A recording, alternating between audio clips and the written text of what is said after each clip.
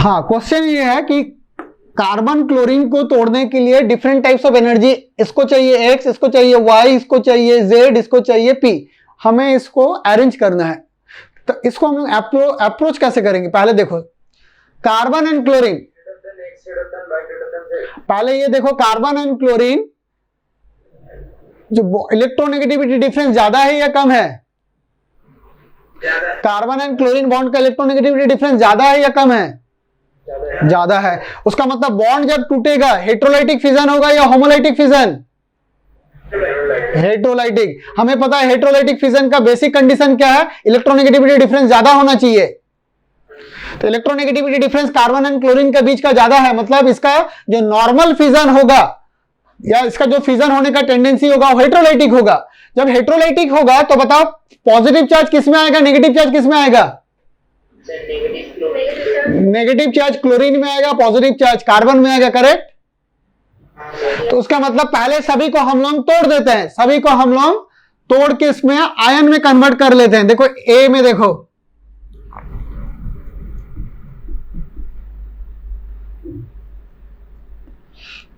Similarly B में,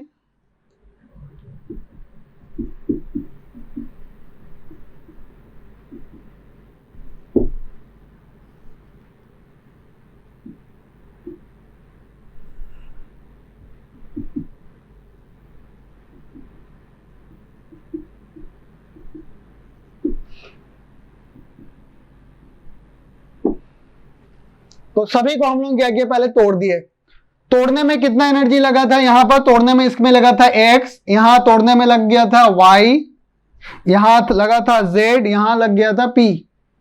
ठीक है, तो पहले हम लोग क्या किया? इसको तोड़ दिए। अच्छा, अब फिर देखो तोड़ने के बाद तुम यहां कार्बोकेटाइन का स्टेबिलिटी चेक करो। Which carbocation is most stable? This carbocation is most stable. Why? Because this is having 9 number of hyperconjugation. मतलब टूटने के बाद ये स्टेबल हो गया, टूटने के बाद ये कार्बोकेटाइन सबसे ज्यादा स्टेबल हुआ, then this, then this, then this, correct और नॉट? उसका मतलब जब टूटने के बाद स्टेबल हुआ, मतलब वो टूटने से पहले क्या था? Highly unstable. टूटने के बाद वो स्टेबल बना, मतलब उसका टेंडेंसी है कि किसी तरह से टूट जाए और स्टेबल हो जाए। यहां तुम्हें लॉजिक समझना पड़ेगा। टूटने के बाद स्टेबल हुआ, मतलब उसका टूटने का टेंडेंसी बहुत ज्यादा है, क्योंकि वो चाहेगा कि टूट के स्टेबल हो जाए। तो जब वो टूट के स्टेबल होना चाहेगा, मतलब this bond is the most reactive bond, this carbon chlorine bond is the most reactive bond, क्योंकि वो चाहेगा टूट के स्टेबल हो जाए। क्योंकि टूटने के बाद ये जो कार्बोकेटाइन बना intermediate which is highly stable, उसका मतलब this bond is the most reactive bond. So if it is a more reactive, that means it will break by taking the very less energy, क्योंकि एक reactive bond आसानी से टूटेगा compare to one stable bond. सबसे unstable क्या है? देखो यहां सबसे अनस्टेबल है, this is the least stable. तो जब वो लीस्ट स्टेबल है, कब लीस्ट स्टेबल हुआ? टूटने के बाद। तो जब वो टूटने के बाद अनस्टेबल हो रहा है या लीस्ट स्टेबल हो रहा है, तो वो टूटना चाहेगा क्यों? जब टूटने के बाद तो अनस्टेबल की तरफ जा रहा है, तो वो टूटना नहीं चाहेगा। मतलब टूटने से पहले this bond is the most stable, क्योंकि वो टूटना नहीं चाहेगा, क्योंकि टूटेगा तो अनस्टेबल की तरफ वो चला जाएगा। दैट मीन्स सबसे ज्यादा एनर्जी किसको चाहिए तोड़ने के लिए? P needs more energy. Why? क्योंकि ये इसको तोड़ने के लिए ज्यादा इसीलिए चाहिए क्योंकि ये टूटेगा तो अनस्टेबल की तरफ जाएगा, तो उसका अपना टेंडेंसी नहीं है टूटने का। तो सबसे कम एनर्जी कहां चाहिए? सबसे कम एनर्जी चाहिए Z में। तो एनर्जी ऑर्डर क्या आ जाएगा? एनर्जी ऑर्डर मतलब सबसे कम कहां एनर्जी चाहिए? सबसे कम एनर्जी हमें Z में देना पड़ेगा, then Y, then X and then P। बताओ समझ में आई है?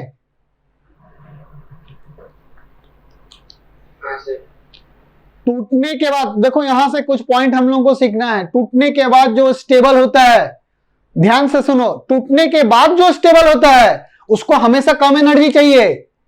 टूटने के बाद ये स्टेबल हुआ, देखो टूटने के बाद ये सबसे स्टेबल हुआ, मतलब इसको सबसे कम एनर्जी चाहिए।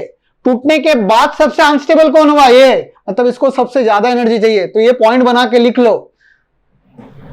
After breaking, if it is a more stable, after breaking, if it is a more stable, then it needs less energy to break.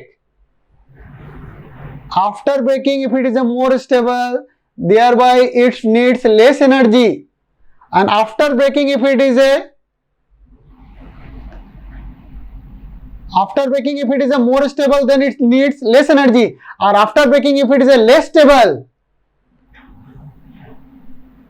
then it needs more energy.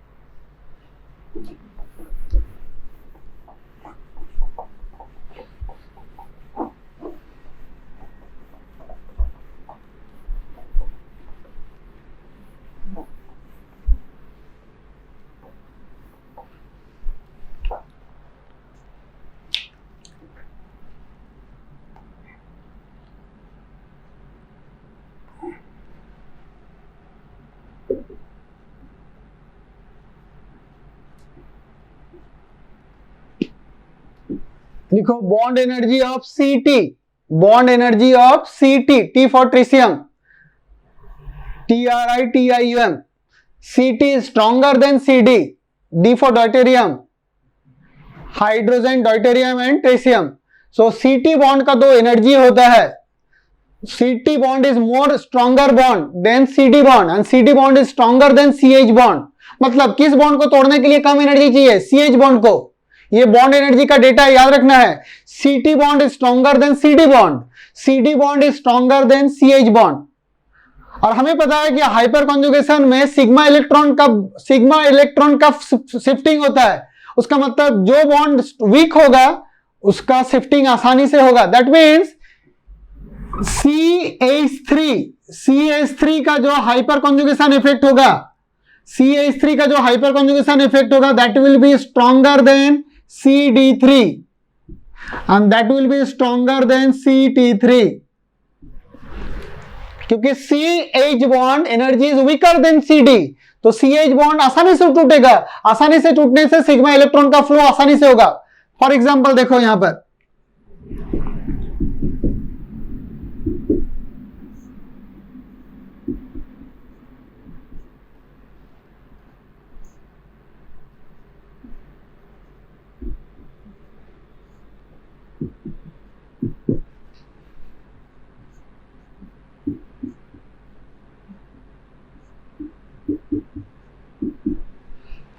so these are the three carbocation. अब यहां पर there are 3 number of alpha, here also 3 alpha, here also there are 3 alpha, all are the isotopes of hydrogen. मगर हमें यह पता है कि CH bond is weaker than CD and CD bond is weaker than CT. उसका मतलब यहां जो इलेक्ट्रॉन चाहिए तो ये सिग्मा इलेक्ट्रॉन का फ्लो आसानी से होगा then this and then this. मतलब सबसे आसानी से ये बॉन्ड टूटेगा. जब ये टूटेगा तभी तो इसके पास इलेक्ट्रॉन शिफ्ट होगा, और जब इसके पास इलेक्ट्रॉन शिफ्ट होगा तो कार्बोकेटाइन स्टेबल होगा. So that means we can say this carbocation, suppose it is giving name as A, B and C. So हम लोग यहां से बोल सकते हैं carbocation A is more stable than B and carbocation B is more stable than C. क्योंकि यहां जो हाइपर कॉन्जुगेशन है वो हाइड्रोजन से हो रहा है, यहां D से हो रहा है, यहां T से हो रहा है. तो CH बॉन्ड तो वीकर है. जब वीकर है तो आसानी से टूटेगा. जब आसानी से टूटेगा तो इलेक्ट्रॉन का फ्लो ज्यादा हो जाएगा, और इलेक्ट्रॉन का फ्लो ज्यादा होगा तो उसको इलेक्ट्रॉन ज्यादा मिलेगा. इलेक्ट्रॉन ज्यादा मिलेगा तो वो स्टेबल ज्यादा बनेगा. मगर याद करो हम लोग इंडक्टिव पढ़े थे. इंडक्टिव इफेक्ट में हम लोग पढ़े थे CT3 plus I effect of CT3 is more than CD3 and CD3 is more than CH3. Inductive effect CT3 का ज्यादा होता है, plus I effect is more than CD3 and CD3 is more than CH3. उसका मतलब केवल यदि तुम inductive effect से अप्लाई करना चाहो तब तो दिखेगा कि ये कार्बोकेटाइन ज्यादा स्टेबल है, क्योंकि यहां तो 3 CT3 अटैच है. CT3 का प्लस आई इफेक्ट CD3 से ज्यादा होगा, CD3 का प्लस आई इफेक्ट CH3 से ज्यादा होगा. तो उस हिसाब से तो कार्बोकेटाइन ये स्टेबल होना चाहिए. मगर हमें पता है कि जब हमारे पास स्ट्रॉन्ग इफेक्ट अप्लाई हो सकता है तो हम लोग वीक इफेक्ट से अप्लाई नहीं करेंगे. तो यहां हम लोगों को एक्सप्लेन करने के लिए हाइपर कॉन्जुगेशन से एक्सप्लेन करना पड़ेगा, क्योंकि जैसे तुम इंडक्टिव से एक्सप्लेन करने जाओगे वो गलत हो जाएगा। सो ये ध्यान में रखना, whenever you have more than one effect is applicable, जब एक से ज्यादा इफेक्ट एप्लीकेबल है हमेशा एक्सप्लेन करना है स्ट्रॉन्ग इफेक्ट से। सर आप जो बॉन्ड एनर्जी का नीचे जो लिखे हैं सर उसमें साइन उल्टा नहीं होना चाहिए क्या सर? बॉन्ड एनर्जी का नीचे आप जो लिखे हैं सर उसमें CT और CH का यहाँ पे हाँ sir, CT bond is the strongest bond, then CD and then CH bond सबसे स्ट्रांग क्या है तीनों में? CT bond, carbon and T का बॉन्ड जो स्ट्रांग होता है, देन C और D का बॉन्ड, देन C और H का बॉन्ड। हाँ सर।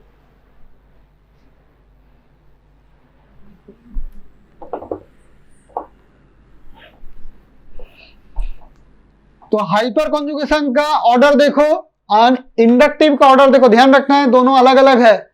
इंडक्टिव में plus I effect of CT3 is more than CD3 and CD3 का प्लस आई CH3 से ज्यादा होता है, मगर हाइपर कॉन्जुगेशन में CH3 CD3 से ज्यादा होता है एंड CD3 CT3 से ज्यादा होता है।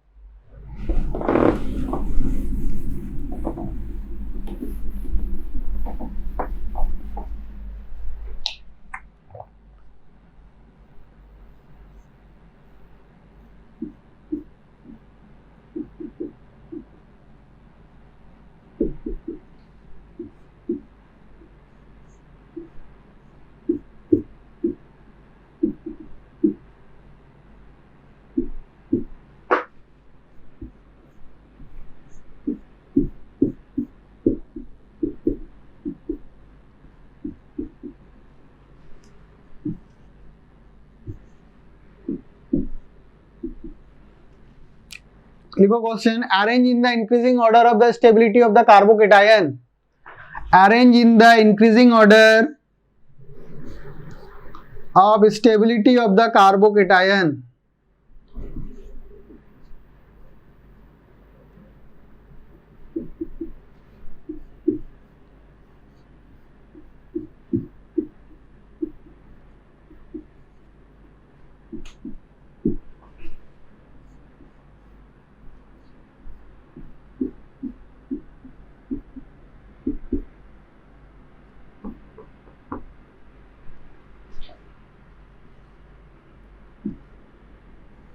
Arrange in the increasing order of the stability of the following carbocation. Question number 1, question number 2.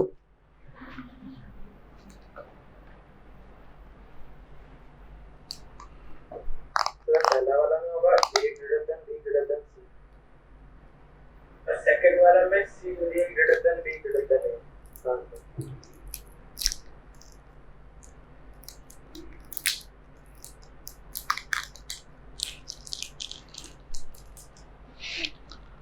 अब देखो यहाँ पर कार्बोकेटाइन से यहाँ कहाँ पर है? पैरा में, और हमें पता है कि पैरा में हाइपर कॉन्जुगेशन इफेक्ट अप्लाई होता है, तो उसका मतलब CH3 CD3 CT3 hyper conjugation effect सबसे ज्यादा किसका है?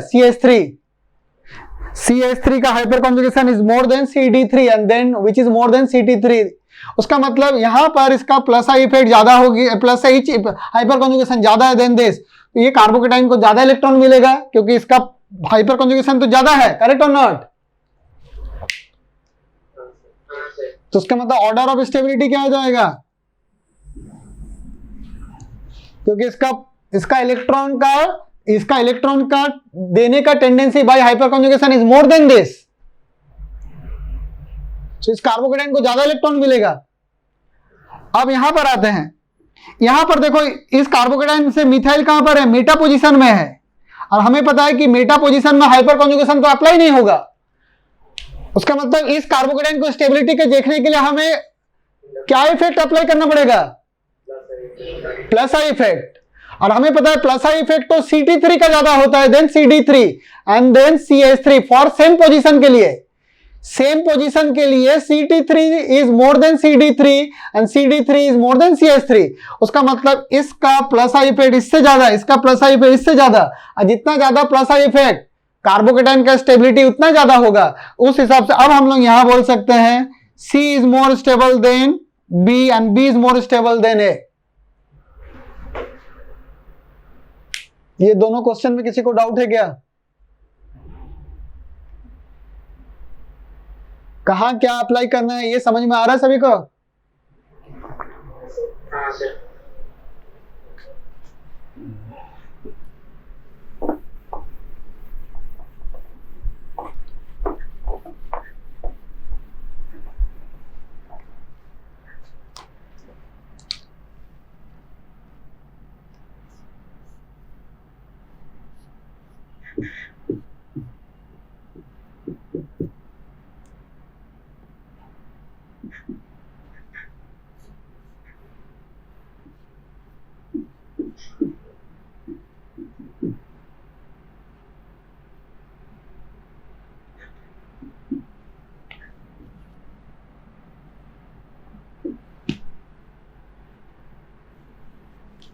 कंपेयर करना है which is having more value of K, which of the two has more value of K. What is K? It is called the ionisation constant of the acid. Stronger the acid, more the value of K A.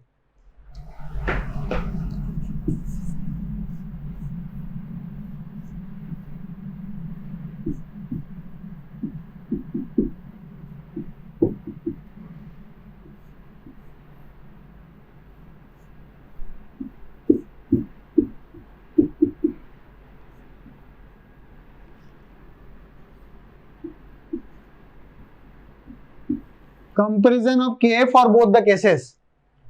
Sir पहला वाला में A greater than B, A greater than C होगा। Second में B greater than. Sir first में A greater than B आ रहा है, first में B greater then. What is Ka? Ka is called the ionization constant of the acid. More the value of Ka, stronger the acid. Ka ज्यादा होने का मतलब मोर the value of के, stronger acid. And vice versa. Sir second वाला में B greater then है। अब देखो, जब भी तुम्हें एसिड निकालना है, जब भी तुम्हें एसिड का ऑर्डर निकालना है, हमारा पहला टेंडेंसी होगा कि उसका H+ निकाल के कॉन्जुगेट सिस्टम में लेके आओ. तो पहले यहां पर H+ निकाल दो, नेगेटिव चार्ज, यहां से H+ निकाल दो, कॉन्जुगेट से बन गया. अब हम लोग एसिड नहीं चेक करेंगे, हम लोग कॉन्जुगेट बेस चेक करेंगे. और कॉन्जुगेट बेस ऑर्गेनिक केमिस्ट्री में बेस का मतलब होता है most of the cases it is by the Lewis theory, मतलब electron pair donors are called base. तो जिसके पास इलेक्ट्रॉन डेंसिटी ज्यादा है उसका इलेक्ट्रॉन देने का टेंडेंसी भी ज्यादा होगा. अब हम लोग ये देखेंगे कि यहां देखो नेगेटिव चार्ज डीलोकलाइज होगा, यहां पर भी डीलोकलाइज हो रहा है रिंग में. CH3, अब CH3 क्या है? CH3 का प्लस H इफेक्ट है, हाइपर कॉन्जुगेशन. इसका भी है मगर हमें पता है इसका हाइपर कॉन्जुगेशन ज्यादा होता है. मतलब ये इलेक्ट्रॉन कहां भेज रहा है? रिंग में भेज रहा है. कहां पर भेज रहा है? ऑर्थो एंड पैरा में भेज रहा है. ये भी भेज रहा है मगर ये तो काफी कम भेज रहा है इसके रेस्पेक्ट में. उसका मतलब जब इलेक्ट्रॉन यहां पर आ चुका है, यहां तो कम इलेक्ट्रॉन आया है, तो जब इलेक्ट्रॉन यहां आया है, ज्यादा आ चुका है, तो ये इलेक्ट्रॉन नीचे की तरफ नहीं आ पाएगा आसानी से, क्योंकि यहां का इलेक्ट्रॉन उसको रिपेल करेगा. मतलब इस ऑक्सीजन के ऊपर जो नेगेटिव चार्ज है उसका डीलोकलाइजेशन होने का टेंडेंसी घट जाएगा, क्योंकि रिंग में तो ज्यादा इलेक्ट्रॉन हो चुका है. जब वो रिंग की तरफ इलेक्ट्रॉन आएगा तो ये तो रिंग का इलेक्ट्रॉन तो उसको रिपेल करेगा, तो उसको आने नहीं देगा अपने तरफ. आने नहीं देने का मतलब क्या? डीलोकलाइजेशन इसका कम हो जाएगा. मगर इसका डीलोकलाइजेशन इसके रेस्पेक्ट में ज्यादा होगा, क्योंकि इस रिंग में इलेक्ट्रॉन डेंसिटी इस रिंग के रेस्पेक्ट में कम है. क्यों कम है? क्योंकि इसका हाइपर कॉन्जुगेशन इफेक्ट तो कम होता है. उसका मतलब which oxygen has more delocalisation, oxygen 1 और ऑक्सीजन 2? ऑक्सीजन 2 का डीलोकलाइजेशन ज्यादा है, मतलब इसका इलेक्ट्रॉन का डीलोकलाइजेशन ज्यादा है. और डीलोकलाइजेशन ज्यादा होने का मतलब उसका इलेक्ट्रॉन डेंसिटी घट रहा है. इलेक्ट्रॉन डेंसिटी घटने का मतलब उसका देने का टेंडेंसी घट जाएगा, मतलब बेसिक नेचर घट जाएगा. बेसिक नेचर घट जाने का मतलब काउंटर एसिड स्ट्रांग हो जाएगा.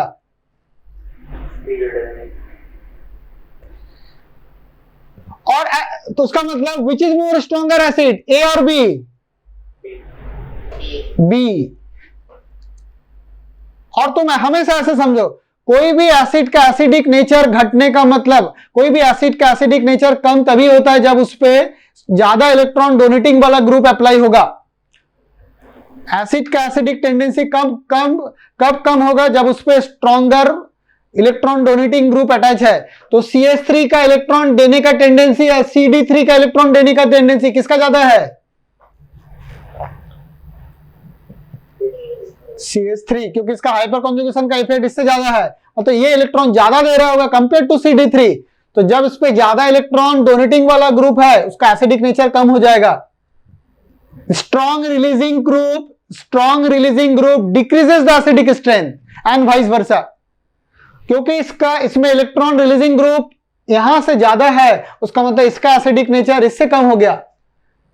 सो here in this case we can say that B is a stronger acid compared to A. B is a stronger acid A के रेस्पेक्ट में, क्योंकि एसिड और बेस हमेशा किसी के रेस्पेक्ट में हम लोग अप्लाई करते हैं, ये एब्सोल्यूट वैल्यू नहीं होता है। अब यहां पर CH3, यहां पर CH3 CD3, बताओ हाइपर कॉन्जुगेशन कहां पर अप्लाई होगा? CH3 में। दोनों में होगा मगर इसका ज्यादा। मतलब क्या ये बोल सकते हैं कि जहां जिस रिंग में CH3 अटैच है उसमें इलेक्ट्रॉन डेंसिटी ज्यादा है, इलेक्ट्रॉन डेंसिटी ज्यादा होगा तो क्या हो जाएगा? उस एसिड का एसिडिक नेचर घट जाएगा। नहीं समझ में आया? ऐसा समझो, एसिड था, दोनों से H+ पहले निकाल दो, पहले कॉन्जुगेट बेस में लेके आ जाओ। First bring to the conjugate base. अब तुम देखोगे किस ऑक्सीजन का डिलोकलाइजेशन ज्यादा है। ऑक्सीजन डिलोकलाइज कब करेगा? जब रिंग में इलेक्ट्रॉन डेंसिटी कम होगा, तभी तो नीचे की तरफ आ पाएगा। क्योंकि इस मिथाइल ग्रुप के चलते इलेक्ट्रॉन डेंसिटी रिंग में बढ़ गया है। क्यों बढ़ रहा है? क्योंकि इसका हाइपर कॉन्जुगेशन इफेक्ट अप्लाई हो रहा है। और हाइपर कॉन्जुगेशन कहां अप्लाई होता है? ऑर्थो एंड पैरा में होता है। तो ये तो पैरा में है, इसके रेस्पेक्ट में तो पैरा में है, तो हाइपर कॉन्जुगेशन होगा। तो मतलब इस रिंग में इलेक्ट्रॉन डेंसिटी ज्यादा है कंपेयर टू दिस रिंग। जब यहां इलेक्ट्रॉन डेंसिटी ज्यादा है तो यहां पर ऑक्सीजन में जो नेगेटिव चार्ज है तो वो तो नीचे की तरफ उतर नहीं पाएगा, नीचे की तरफ वो डिलोकलाइज नहीं हो पाएगा, क्योंकि रिंग का इलेक्ट्रॉन उसको तो रिपेल करेगा, उसको आने नहीं देगा अपने तरफ।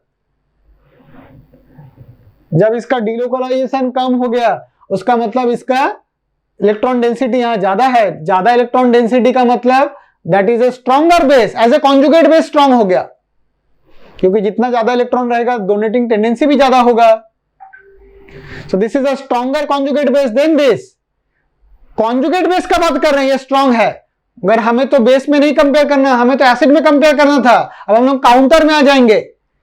तो बेस यदि कॉन्जुगेट बेस यदि स्ट्रॉन्ग हुआ तो काउंटर वीक होगा एंड वाइस वर्सा। क्योंकि इसका कॉन्जुगेट बेस स्ट्रॉन्ग है तो इसका काउंटर एसिड वीक होगा, और इसका कॉन्जुगेट बेस वीक था इसके रेस्पेक्ट में तो इसका काउंटर एसिड स्ट्रॉन्ग हो जाएगा। So thereby we can say that B is a stronger acid than A. Is it clear? अब यहां पर आते हैं, कहां पर है पहले चेक करो। मिथाइल C8 कहां पर है? ये मेटा में है। क्या मेटा में इस जगह पे हाइपर कॉन्जुगेशन इफेक्ट अप्लाई होगा? नहीं। दोनों का हाइपर कॉन्जुगेशन का वैल्यू क्या है? 0। मतलब हाइपर कॉन्जुगेशन से हम लोग डिफरेंशिएट नहीं कर पाएंगे। अब हम लोग क्या इफेक्ट अप्लाई करेंगे? CH3 का प्लस आई।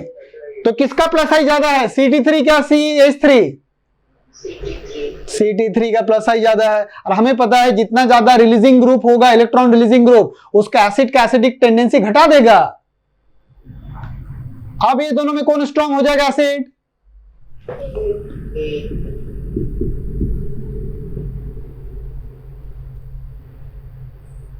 क्या हाइपर कॉन्जुगेशन कैसे इफेक्ट अप्लाई कर रहे हैं, क्या समझ में आ रहा है ये?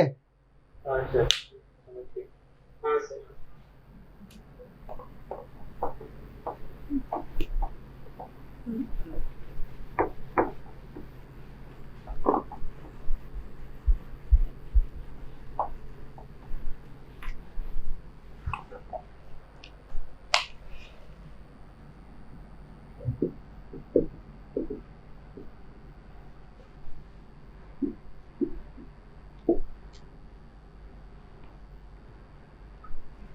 नेक्स्ट लिखो stability of the alkene.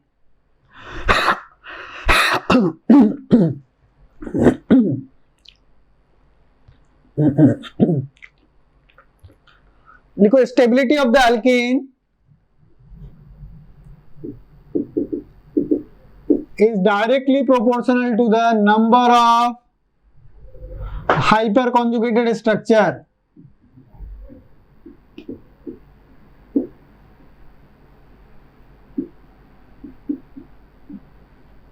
Stability of the alkene is directly proportional to the number of hyperconjugated structure.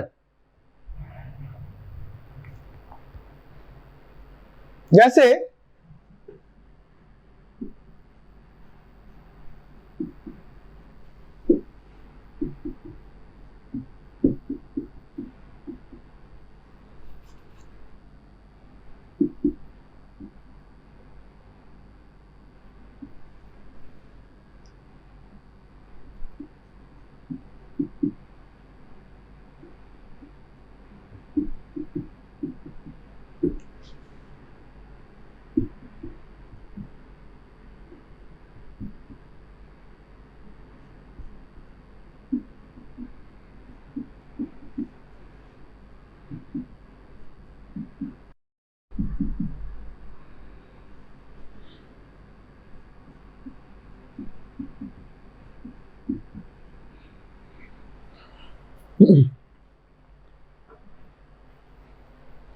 so let us consider this many alkenes A, B, C, D and E.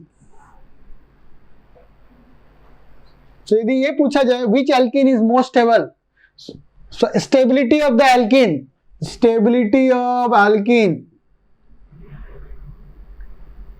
is directly proportional to the number of hyperconjugated structure. A में how many hyperconjugated structure? 0. यहाँ पर 0. B में B has how many hyperconjugated structure? sp3 attached with sp2. यहाँ पर आ गया ना alpha 3 है. यहाँ पर क्या होगा? C में 3 और 3 6 होगा. A में 0, B में कितना आ गया? 3. sp2 ये दोनों sp2 है ना, तो sp3 तो यहां पर है, तो इसको केवल काउंट करना है. D में क्या है? sp3 attach to sp2 3. यहां पर भी sp3 अटैच टू sp2 3, यहां से भी और यहां से भी 3. सो यहां कितना हो गया? 9. और यहां पर 3 6 9 12.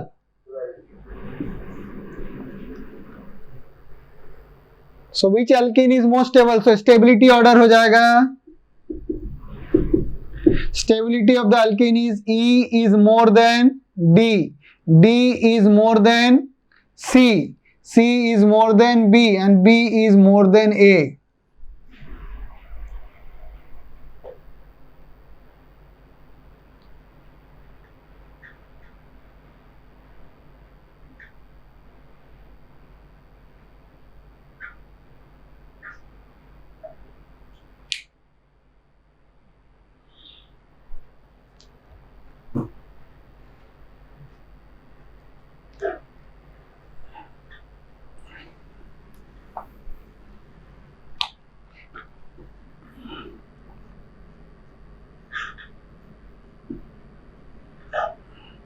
नेक्स्ट लिखो यहां पर हीट ऑफ हाइड्रोजनेशन.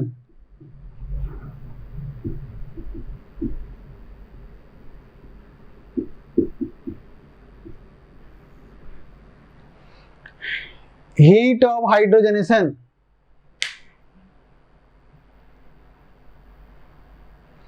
देखो heat of hydrogenation is defined as it is the amount of heat released. Heat of hydrogenation is defined as amount of heat released when 1 mole of hydrogen is added. When 1 mole of hydrogen is added to unsaturated compound, it is the amount of heat released when 1 mole of hydrogen is added to unsaturated compound. मतलब 1 मोल hydrogen को add करने से कितना heat release होगा, how much heat is release, that heat is called heat of hydrogenation and it is always exothermic, मतलब हमेशा heat release होता है।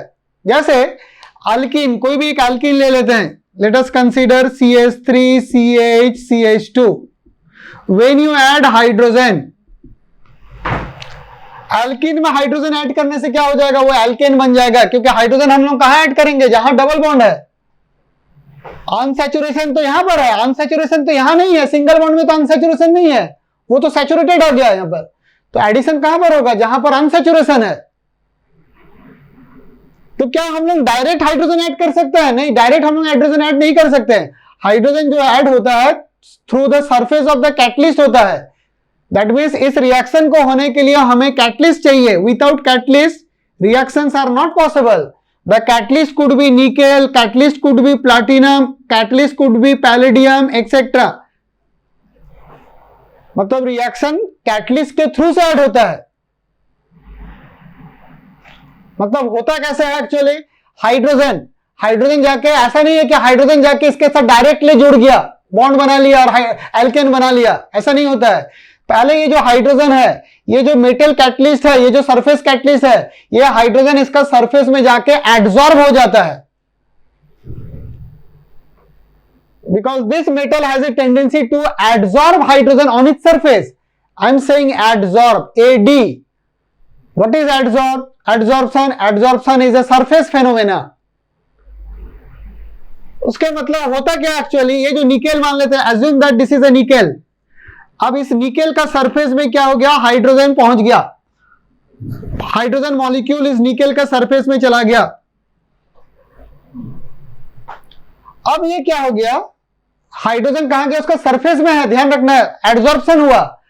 अब ये जो एल्कीन जैसे रिएक्शन होगा, अब ये एल्कीन क्या हो गया, इसका निकेल का सरफेस में वो भी अट्रैक्ट होगा, तो एल्कीन यहां से इसका सरफेस में जाके अट्रैक्ट हो गया, मतलब एल्कीन जाके इसका सरफेस में पहुंच गया, वो भी एब्जॉर्ब हुआ। मगर सरफेस में अभी क्या है, हाइड्रोजन भी है और सरफेस में एल्कीन भी आ गया। अब सरफेस में क्या हो गया, हाइड्रोजन सरफेस में जाके उसके साथ रिएक्ट कर गया। रिएक्ट करने का मतलब बॉन्ड बना लिया। कहां बॉन्ड बनाएगा, जहां डबल बॉन्ड है, मतलब जहां अनसैचुरेशन है। तो उसका मतलब जब सरफेस में जाके, मतलब ये अट्रैक्ट हुआ इसके सरफेस में, तो so let us right alkene on the surface, CH3 CH double bond CH2, इसको ऐसे समझते हैं।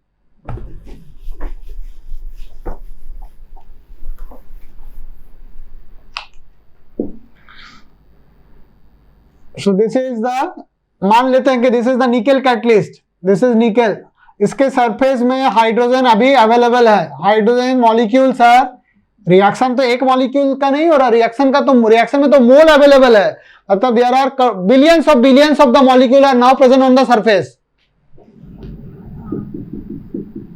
अब इसका सरफेस में एल्कीन भी आ चुका है। So this is the surface of the nickel where hydrogen is already been present and alkene भी उसका सरफेस में एड्सॉर्ब हो गया। अब इस सरफेस में जाके हाइड्रोजन इस डबल बॉन्ड के तरफ यहां पर बॉन्ड बना लिया। अब ये डबल बॉन्ड क्या बन गया, यहां पर सिंगल बॉन्ड। जैसे सिंगल बॉन्ड बना तो अब ये सरफेस से वो बाहर चला गया। जब वो सरफेस से बाहर स्केप हो गया, अब वो क्या बना लिया, CH3 CH CH2 NH, मतलब ये जो दो हाइड्रोजन ऐड हुआ वो कहां पर ऐड हुआ, सरफेस से ऐड हुआ, और उसके बाद वो सरफेस से बाहर निकल गया एंड फाइनली हमें क्या मिल गया, एल्केन मिल गया। उसका मतलब इस निकेल का काम क्या था, सरफेस प्रोवाइड करना। तो जितना ज्यादा सरफेस होगा उतना ज्यादा रेट ऑफ रिएक्शन उतना ज्यादा होगा। Rate of reaction is also directly proportional to the surface area. तो एनीवे वो हम लोग बाद में डिस्कस करेंगे रेट कैसे डिफाइन करते हैं। तो ये जो प्रोसेस हुआ, क्या हुआ, हाइड्रोजन ऐड हुआ। यहाँ पर हाइड्रोजन ऐड होने के बाद क्या बन गया, वो एक अनसैचुरेटेड कंपाउंड जो डबल बॉन्ड था वो देखो सैचुरेटेड में कन्वर्ट हो गया। तो इस प्रोसेस को बोलते हैं hydrogenation reaction. So what is the hydrogenation reaction, it is the amount of heat released. अच्छा ये सोचो, एल्कीन का एनर्जी और एल्केन का एनर्जी, किसका एनर्जी कम है बताओ, Which is more stable? Alkane is more stable than the alkene. उसका मतलब यदि हम लोग इसका एनर्जी प्रोफाइल ड्रॉ करते हैं, potential energy with the progress of the reaction, यहां पर कोई रिएक्टेंट है, एल्कीन हमारा यहां पर है और दिस इज आवर एल्केन,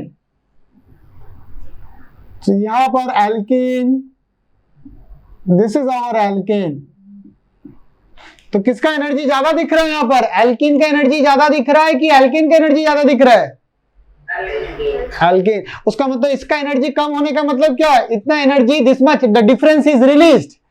ये दोनों का जो हाइट है, दोनों का हाइट का जो गैप है, इतना energy delta H, this much energy is released. So this energy is called hydrogenation, heat of hydrogenation. मतलब हाइड्रोजन ऐड करने से इतना एनर्जी का चेंज हो गया।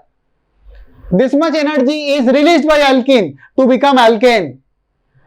So it is the amount of energy released when 1 mole of hydrogen is added. That is called heat of hydrogenation. अब question यह है कि यहां जितना alkene दिया हुआ था, so first of all, is the heat of hydrogenation clear? Yes.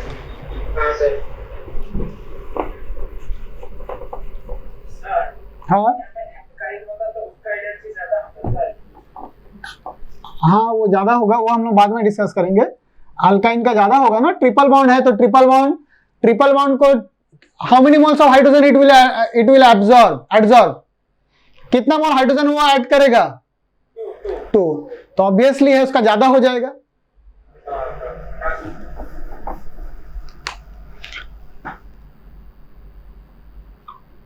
अच्छा, अब हमें सभी में क्या है? सभी में एक एक डबल बॉन्ड है। देखो, अब सभी में हमें हाइड्रोजन ऐड करना है, ठीक है, और सभी को एल्कीन बनाना है। अब हमें ये ऑर्डर निकालना है कि हीट ऑफ हाइड्रोजनेशन किसका ज्यादा होगा, किसका कम। ध्यान से समझना है। All are alkene, all this 5 A B C D E all are alkenes, सभी में हमें हाइड्रोजन ऐड करना है और सभी में हीट रिलीज होगा। हमें उस हीट रिलीज को ऑर्डर में अरेंज करना है कि मतलब कहां हीट रिलीज ज्यादा होगा, कहां हीट रिलीज कम होगा। हीट ऑफ हाइड्रोजनेशन हमें अरेंज करना है फॉर दिस मेनी एल्कीन्स। अब तुम समझो ऐसे, which alkene is most reactive of the 5, which सबसे ज्यादा रिएक्टिव कौन है? ए। उसका मतलब जब ये सबसे ज्यादा रिएक्टिव है तो उसका हाइड्रोजन को एब्जॉर्ब करके एल्कीन बनाने का टेंडेंसी सबसे ज्यादा होगा।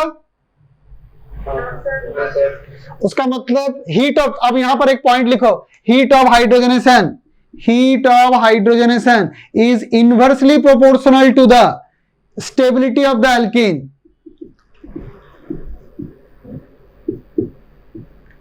Heat of hydrogenation is inversely proportional to the stability of the alkene. मतलब जो alkene जितना ज्यादा स्टेबल है उसका हीट ऑफ हाइड्रोजनेशन उतना कम होगा, क्योंकि वो तो पहले से स्टेबल है, उसका हाइड्रोजन एडिशन करने का टेंडेंसी काफी कम होगा।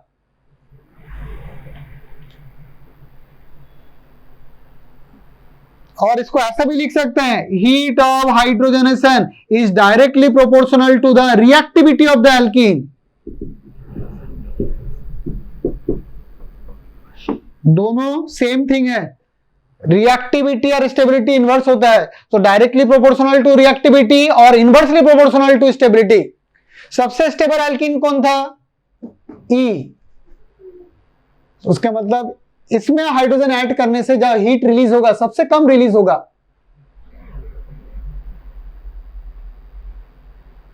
सबसे ज्यादा रिलीज कहां पर होगा? ए में रिलीज होगा। तो that means heat of hydrogenation का ऑर्डर क्या हो जाएगा? Heat of hydrogenation in this case will be A will be more than B, C, D and then E. Is it clear? अच्छा, एक चीज ध्यान दो फिर, -12 जूल और -10 जूल हीट ऑफ हाइड्रोजनेशन कहां ज्यादा है? -12 जूल ज्यादा हुआ क्या -10 जूल ज्यादा हुआ?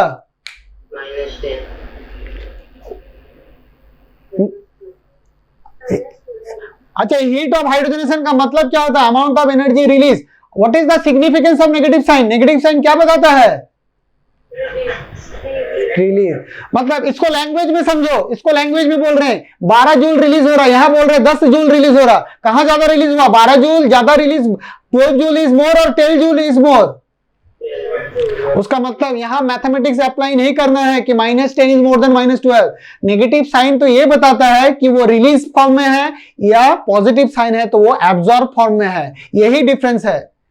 Don't apply mathematics here. Negative -12 का मतलब 12 जूल रिलीज, -10 का मतलब 10 जूल रिलीज, तो 12 जूल रिलीज ऑब्वियसली ज्यादा है।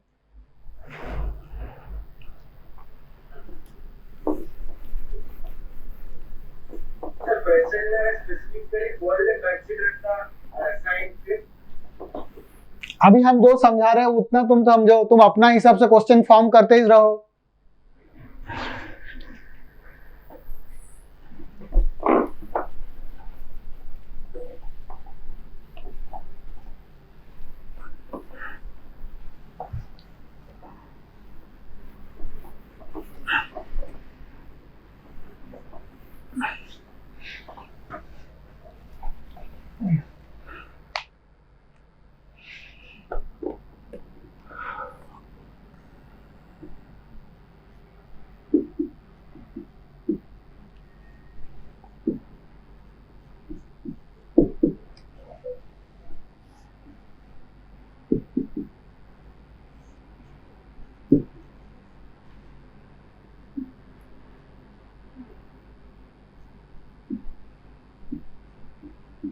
अब देखो यहां पर, so this is alkane and this is another alkane, both is reacting with HCl, and जब रिएक्शन होगा तो रिएक्शन का कुछ रेट होगा। तो मान लेते इस रिएक्शन का जो रेट है R1 है, इस रिएक्शन का जो रेट है R2 है। तो हमें यह निकालना है which alkene will react fastest with HCl। दो एल्कीन में which alkene will react fastest with HCl। अच्छा, अब यहां पर हम लोग पहले देखेंगे, देखो रिएक्शन कौन एल्कीन ज्यादा फास्टेस्ट होगा। अब देखो उस हिसाब से पहले यहां पर ध्यान दो, इसमें हाइपर कॉन्जुगेशन कितना है, हाउ मेनी हाइपर कॉन्जुगेशन, 3। इसमें कितना हाइपर कॉन्जुगेशन है, 0। उसका मतलब which alkene is more stable, first. अभी हम लोग कुछ डिस्कस किए थे, heat of hydrogenation is inversely proportional to stability, correct और नॉट। तो क्या ये बोलेंगे कि इस, क्योंकि ये एल्कीन ज्यादा स्टेबल है तो इसका रिएक्टिविटी, इसका रिएक्शन करने का टेंडेंसी ज्यादा होगा या कम होगा? नहीं, ऐसा कुछ नहीं होता है। देखो उसीलिए हर जगह हर पॉइंट में तुमको ध्यान से समझना है। हीट ऑफ हाइड्रोजनेशन हम लोग डिस्कस किए थे, स्टेबिलिटी। यहां जो रिएक्शन होगा तो इंटरमीडिएट बनेगा। अब हमें इंटरमीडिएट क्या बनेगा ये कंपेयर करना है। अब ध्यान से समझो, एल्कीन क्या होता है पहले ये सब बताओ। Alkene whether it is electrophile और न्यूक्लियोफाइल। एल्कीन सिस्टम किसमें आता है, इलेक्ट्रोफाइल या nucleophile?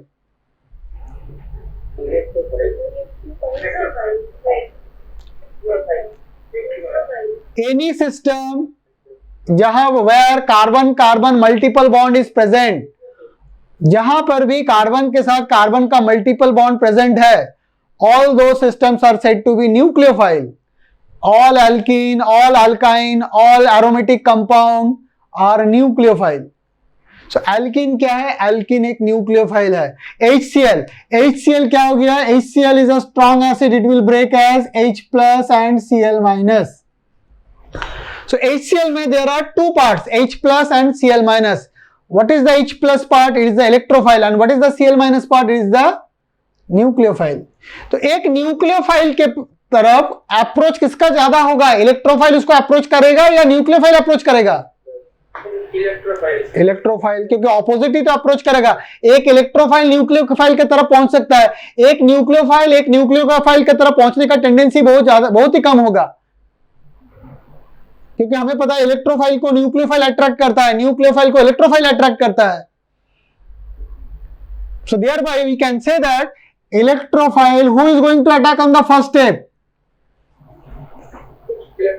H plus is going to attack on the first step. अब देखो होगा कैसे करके रिएक्शन होता है।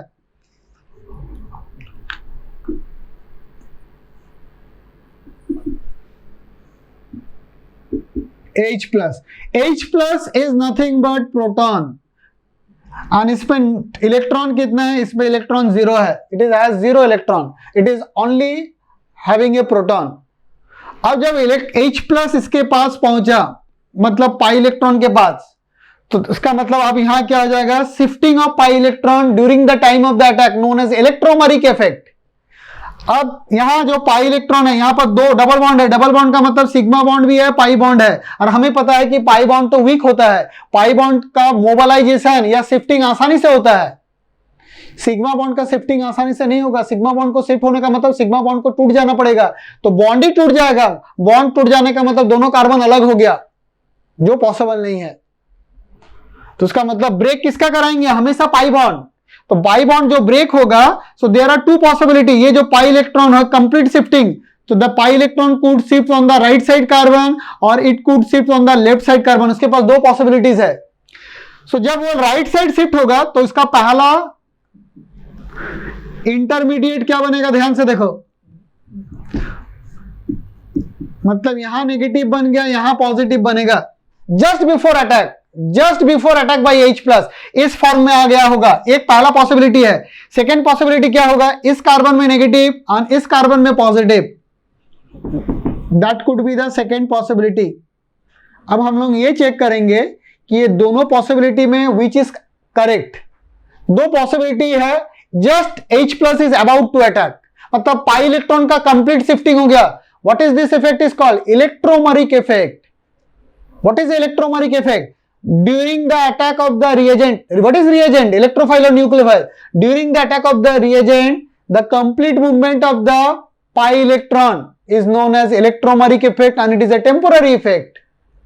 So दो possible condition केस बन गया just before attack. अब अटैक होगा किसका, H प्लस, तो अब ये वाला कंडीशन केस बनेगा तो H प्लस जाके नेगेटिव के साथ अटैच कर जाएगा, तो यहां पर H बना लिया, बॉन्ड बना लिया, और इस केस में बॉन्ड यहां बना लेगा। तो दो केस हमारे पास बन गया, दो इंटरमीडिएट बना। अब जरा कंपेयर करो इंटरमीडिएट ए और इंटरमीडिएट बी, मतलब इंटरमीडिएट का मतलब क्या, there are two paths. Reaction के लिए प्रोसेस प्रोग्रेस करने के लिए उसके पास दो पाथ अवेलेबल है, एक इस पाथ से वो जा सकता है, एक इस पाथ से वो जा सकता है, वही पाथ से न जाएगा जो ज्यादा स्टेबल होगा। अब जरा कंपेयर करो स्टेबिलिटी ऑफ द ए और stability of the B, which is more stable. कैसे पता चला कि ये स्टेबल है, क्योंकि इसमें कितना हाइपर कॉन्जुगेशन है, sp3 attached to sp2 and sp3 attached to sp2. How many hyper conjugation? It is having 6 hyper conjugation and it is having how many hyper conjugation? sp3 attached to sp2। क्या इसको भी count करेंगे क्या, इन तीनों को?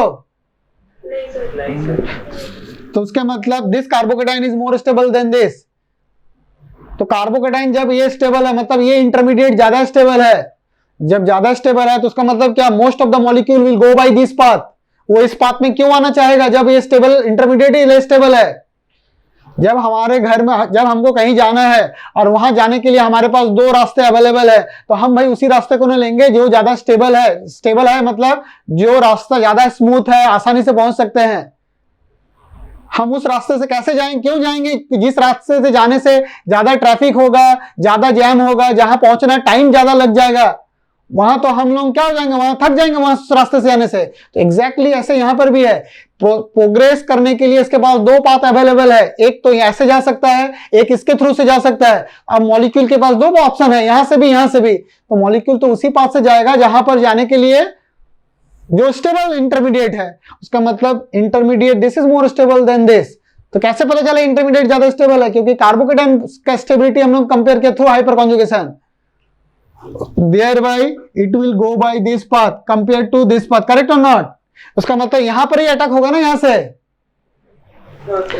उसका मतलब chlorine finally आके यहां पर बना। उसका मतलब अब तुम ध्यान दो, यहां पर, यहां जो इंटरमीडिएट बना था, यहां जो इस केस में इसका जो इंटरमीडिएट बना था, इसके इंटरमीडिएट में how many hyperconjugation was there? 6। इसका इंटरमीडिएट में 6 हाइपर कॉन्जुगेशन था। इसका इंटरमीडिएट में कितना हाइपर कॉन्जुगेशन होगा? अरे इसका भी तो इंटरमीडिएट बना, CH2 नेगेटिव पॉजिटिव, नेगेटिव में आ जाएगा H, तो कितना हाइपर कॉन्जुगेशन हो गया? 3, इस 3 हाइपर कॉन्जुगेशन हुआ इसका इंटरमीडिएट में, इसका इंटरमीडिएट में 6 हुआ, इसका इंटरमीडिएट में 3 हुआ। तो आप बताओ दोनों रिएक्शन में किसका रिएक्शन फास्ट हो जाएगा, ऊपर वाला फास्ट होगा या नीचे वाला रिएक्शन फास्ट होगा? नीचे वाला, नीचे विच इंटरमीडिएट इज मोर स्टेबल? यहां पर 6 हाइपर कॉन्जुगेशन बना था इस इंटरमीडिएट में, यहां पर कितना इंटरमीडिएट बना इस केस में? 3। मतलब इसका जो प्रोग्रेस होने का जो पाथ है दैट इज मोर स्मूथ, ज्यादा stable. So if the intermediate is, तो यहां पर एक पॉइंट लिख लो, more the stable the intermediate faster the rate of reaction, more the stable the intermediate faster the rate of reaction. जितना intermediate stable होगा rate of reaction उतना ज्यादा होगा, thereby R1 is more than R2।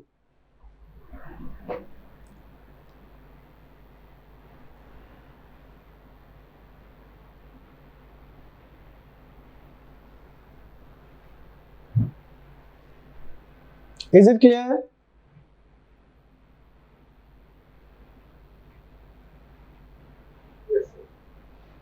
More the stable the intermediate, faster the rate of reaction.